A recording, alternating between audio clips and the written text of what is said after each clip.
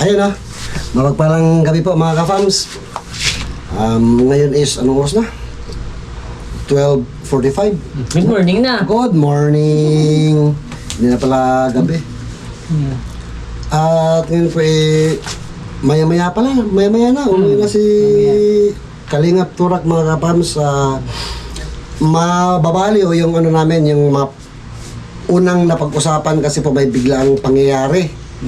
Kaya sa family ni Kalingap Turak, ano po, may nangyari isang pinsan niya. At hindi po maganda na pangyayari na po. Ano ba nangyari dun, boss? Sabi nila, inatake daw eh. Sa puso. Ano, ilang taon na yun? 28 yun. Batang-bata, ano? Batang-bata po. At matagal din po kami na hindi nagkita ng pinsan ko na yan. Last na nagkita kami noong 2018.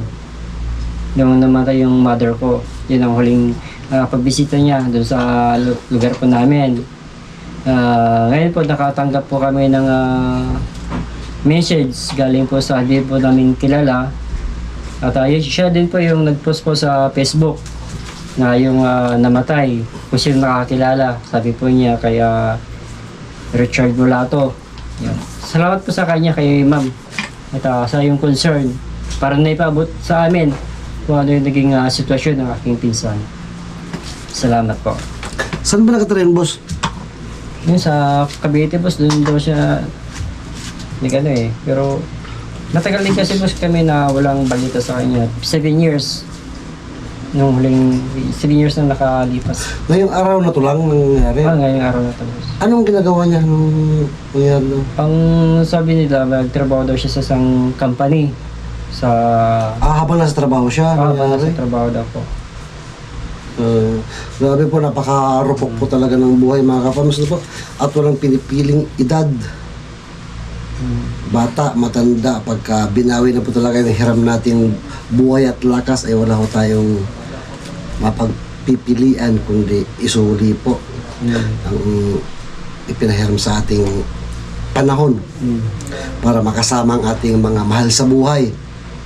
Kaya sana po, habang andito tayo sa mundong ito, ano po, lahat ng pagkakataon na kaya natin, gawin natin yung narapat na may padama natin yung pagmamahal sa ating mga mahal sa buhay.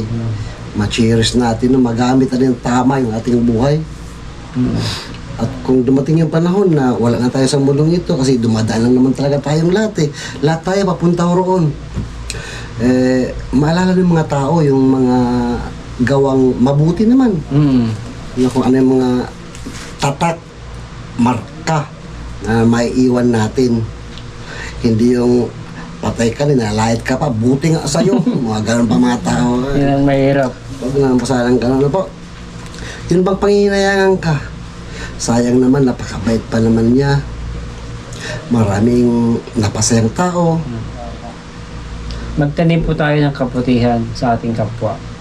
At sigurado po, wala na po tayo sa mundo ito, pero mananatili po tayong buhay sa kanilang puso't alaala. Yun pong mahalaga po doon. Kung tutusin, napakaganda nung itong natin, boss na nga. Tinatak nating landas kung na makapag-share ng pagmamahal sa kapwa-tao natin sa abot ng mga kaya. Alam lang po natin, alam po ninyo mga kapams, no? Wala pa kaming sapat na kakayahan. Kasi ang mga kabayan natin, iba-ibang pangangailangan, iba-ibang antas ng kalagayan sa lipunan. Yung bang matawag natin sa ibang mga terms pa na nasa laylayan na ng lipunan Napakahirap po ng kalagayan ng iba nating kabayan. Kayo po mga kapam, sa sitwasyon ninyo ngayon, ang iba sa atin may mga inintinding problema. Lahat naman tayo may problema, di ba? Pero maisip po natin sana na sa kabila ng dala-dala nating problema sa kasalukuyan, meron tayong kabayan, andun, triple pa, 10 beses pa na mas mabigat ang dinadalang problema kaysa sa atin. Kaya mapalad pa rin ho tayo. Sinasabi natin mga karapat-dapat, kumbaga yung kututusin mo yung pag-share po ng blessings, ng pagmamahal wala pong maliit o malaki pagdating sa bagay na yan. As long as galing po sa puso natin. Kung ano po yung itinitibok ng puso natin, yun po ang ibigay natin, ipaabot natin, at kung ano po yung kakayanan natin. Kasi, ano po yung, Limitado Oo. ang kakayanan. yung sa abot lang talaga Opo. ng mga kaya. Kasi although tayo po, walang kakayanan, ano po. Pero sa kabila ng kawalan natin ng kakayahan, tayo po mahirap din mahirap ang kalagayan natin Pero dahil po sa pagmamahal, bakit nagawa natin? Yun ang dahilan Bakit nagawa natin magpaabot pa rin ng blessings, makapag-share? Dahil po, masaya tayo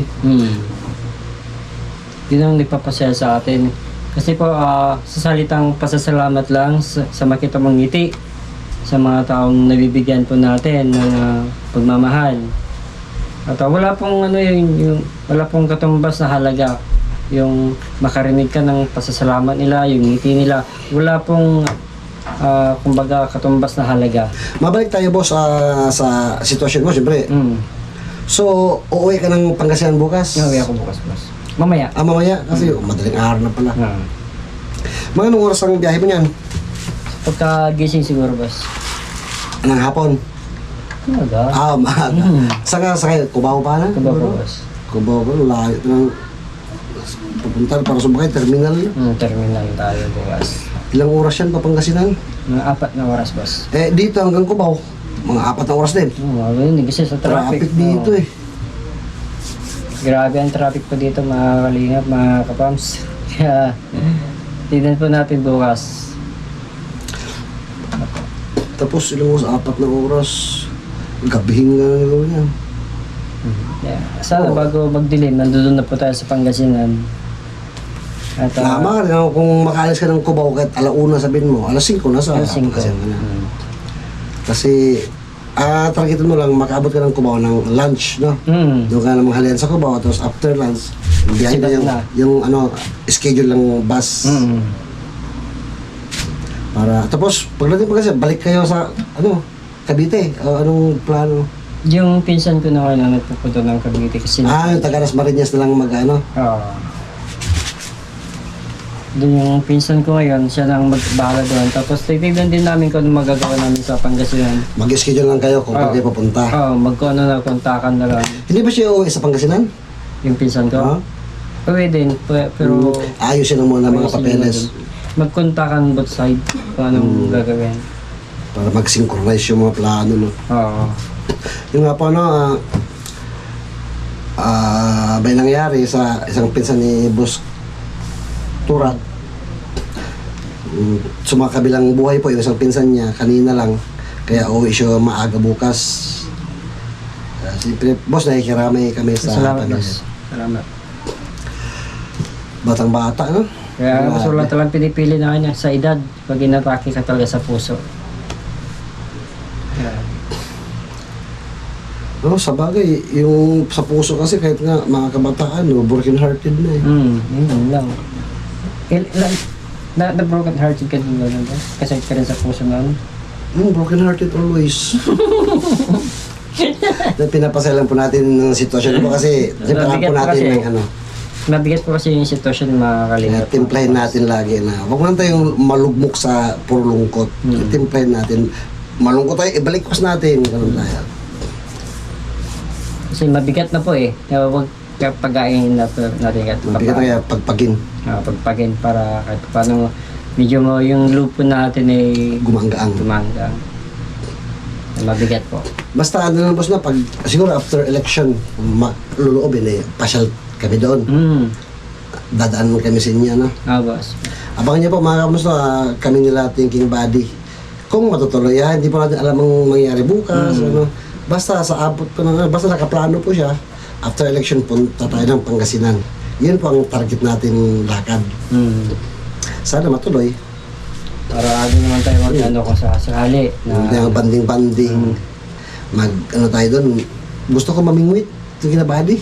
Maganda doon yung kilabati kung sa Malapit sa dagat doon Sa amin, meron sa amin Taco Beach.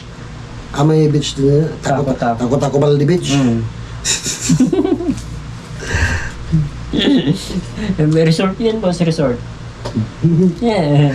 Dahil po mga kamus na kaya po nagpapaalam po si Kalingap Turak. This is our last vlog together muna sa ngayon. Ingat boss bukas. Salamat, boss. See you again in Pangasinan soon. So, kita-kita tayo doon sa Mata. pagkatapos po ng eleksyon. After, mga siguro Apa. pizza 15, ganun. Kasi dosing election eh. Siyempre after election, magmumuni-muna tayo, natalo yung kandidato ko. Nagpunas-punas muna tayo ng luha. Mga pizza 15 sana kung luluobin. Basta lang yung mga date na yan. That week. Gagawin po natin ang natin. Kami nila Buddy, sila Boss Marty, kung sino po mga kasama.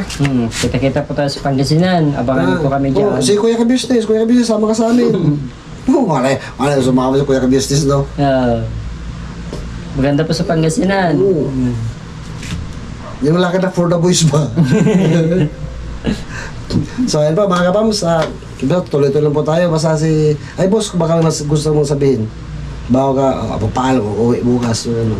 So yun po mga kapams at abang-abang lang po kayo sa mga susunod po na kaganapan sa pagtatandem po namin ng grupo.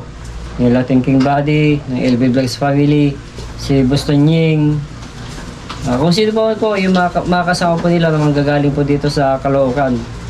At abangan nyo po kung ano po yung magiging kaganapan po pag andun na po tayo sa Pangasinan. At doon po tayo mag-spread love. Yes, spread love at good vibes lang po araw-araw, tuloy-tuloy yun. So hanggang dyan po mga kapams. Tuloy-tuloy po tayo, spread bang araw-araw, good vibes araw-araw, dito lang po yan. Sa LB Vlogs Family. Bye-bye po. God bless us all.